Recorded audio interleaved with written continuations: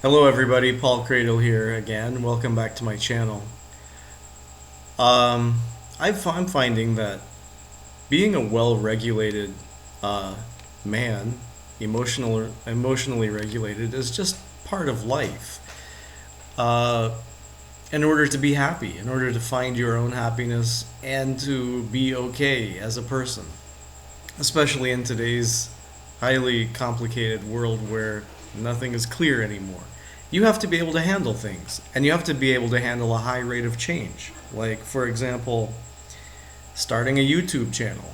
I found that I have to get used to talking to an audience that isn't there, and very possibly will never be there. And I have to be okay with making a channel that may never be viewed beyond just a handful of people who happen to click somehow. But I have to just accept that the way it is that YouTube doesn't push channels on people anymore the way I remember they used to. It's just you won't come up. You won't be discoverable. They, but part of regulation as a man is realizing that they don't need you to understand the other side. YouTube has progressed to a point where they, for whatever reason, it's up to them, they have decided that they don't need to push new channels on their pages. Same way when I was trying to start a couple of websites not too long ago. I had to just accept the realization that the internet is not quite like it was 20 or even 10 years ago. The websites I made, now I did successfully code them, and I have something to be proud of, a little bit, that I'm able to code. I'm a full stack developer, I guess you could say, for a small scale website, but I have to be able to accept that if people don't want to go, I mean, it could be my search engine optimization or something. There could be something wrong, but the bottom line is I also have to accept, no matter what, that if people don't want to go, they just don't want to go. So let's let that take us to this video that I want to talk about here: the alarming number of working age men no longer in the workforce, with Nicholas Eberstadt. I've been following this guy for a while as he's gone on different interviews talking about this problem. What I find mysterious is that they just keep calling it a problem, but they never talk about who's hurting. They say that the men are not working, and they have a very hard time ever accepting emotionally that this is just the way it is for reasons. Because reasons.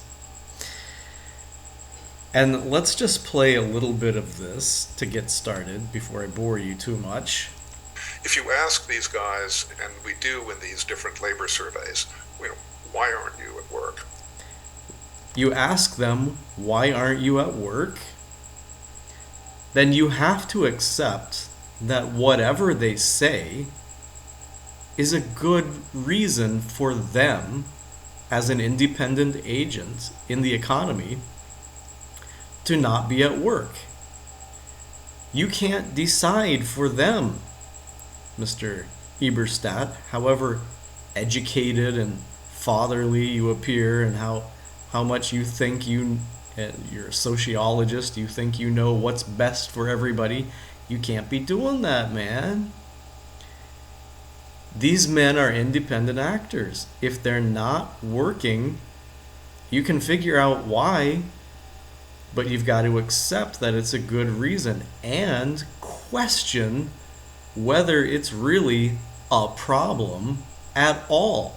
Because this is the one thing you don't do, Mr. Eberstadt. You talk about the work they're not doing, but you don't talk about what's not getting done.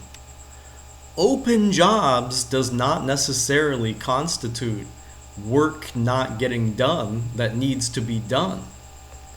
It just means somebody says they'll hire somebody. if the right person comes along. And there's no indication that all of those jobs could be filled at once. No indication. It might be only a small percentage of those so-called open jobs that are able to be filled before all the others close. You see what I'm saying?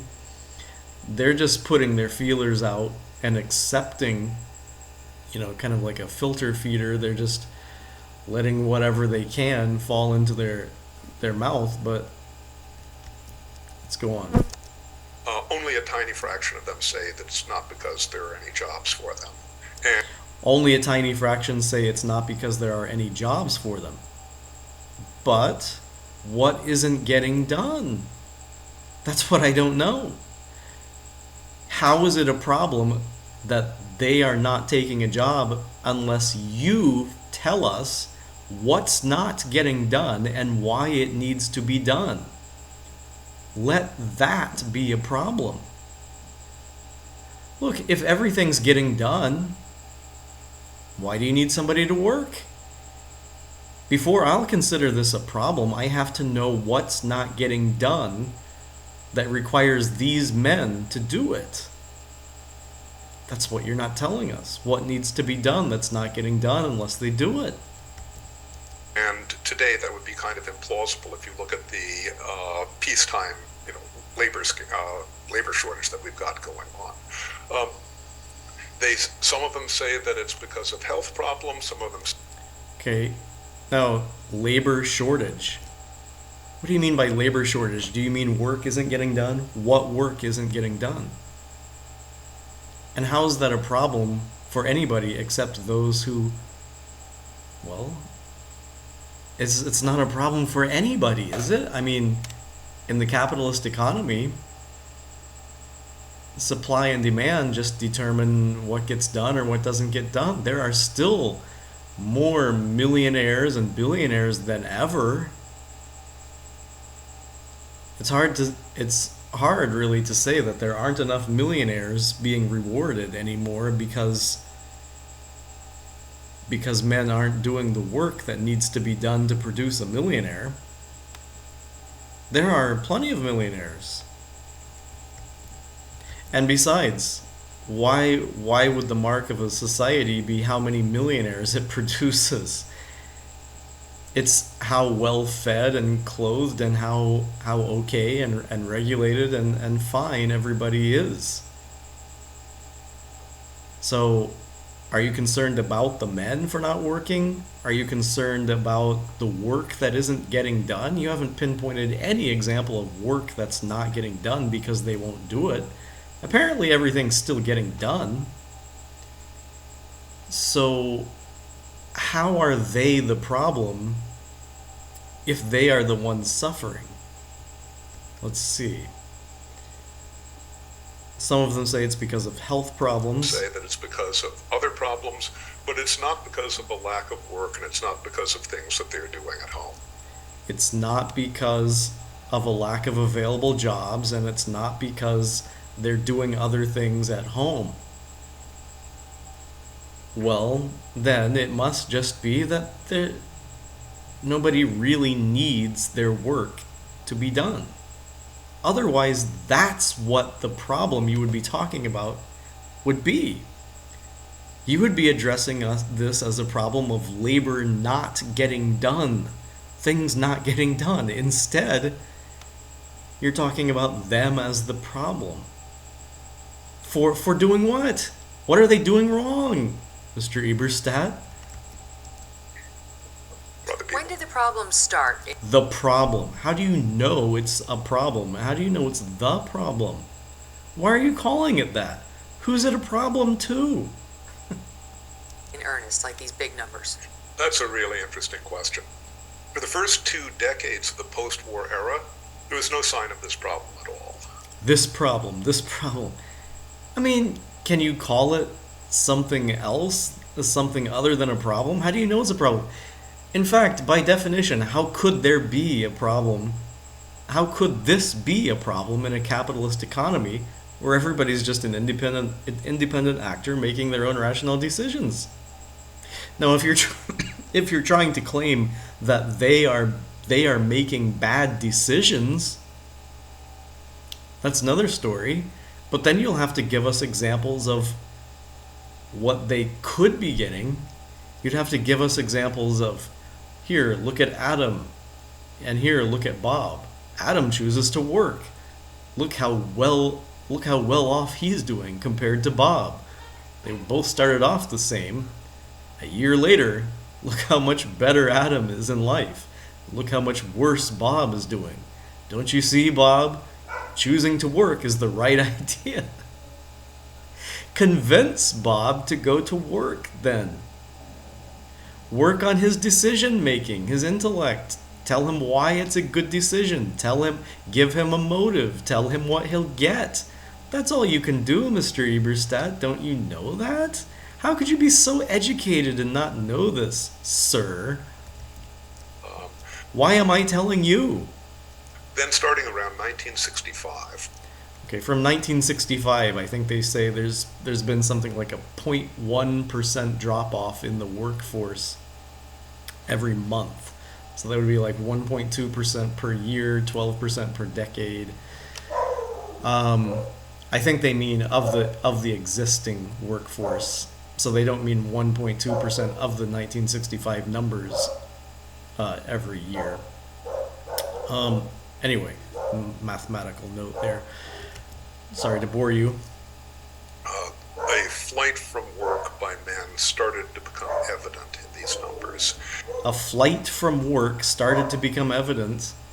I just don't get it. Why aren't you talking about the work not getting done if the economy is just about distributing labor and resources? What's not getting done? I mean, I still don't get it.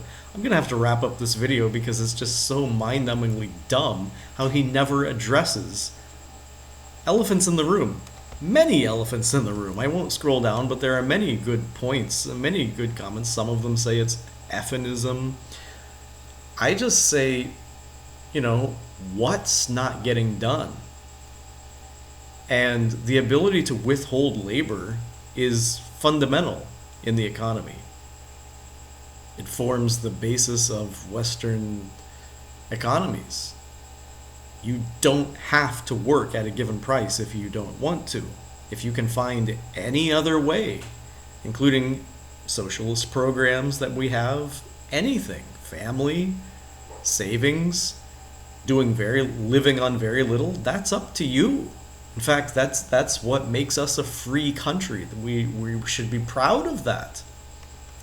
You should be proud, Mr. Eberstadt, that we have the freedom not to work if we don't want to. That's the basis of our freedom. It would be like, I don't agree with you not working, but I would fight to the death for your right not to, for you to choose not to. It's kind of like a freedom of speech thing. And the really weird thing about this flight from work is that it's almost like a straight line from the 1960s to today. I mean, people are a little bit disorderly and irregular, but if you look at the numbers themselves, it's almost tracking a straight line from through the 60s and 70s. Yeah, still, you go on talking about this trend as if it's just horrific. Who's hurting? Who? Oh no, line go down. What's not getting done? Where's the lost productivity? Haven't you seen that productivity, GDP are actually rising? Women are doing better off in the workforce than ever. Tell me what's missing. Who is missing these men in the workforce? And you can't tell me it's just open jobs. You have to tell me what's not getting done. And if you claim all those jobs are open, you have to really prove that all of them could be filled at once. You're not doing that. Sir, you are full of blankety blank blank. And I cannot believe you're an academician, if I'm saying that word right. Guys, I don't care who doesn't view my channel. I don't care if YouTube doesn't push it because I'm regulating myself. I I don't need rewards. I understand if people don't go to my websites or YouTube channel. I can accept things.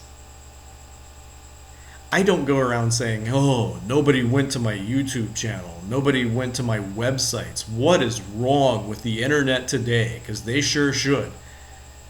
I regulate myself and I take the other guy's side and I realize nobody needs it, or I haven't invested enough to get people to use it.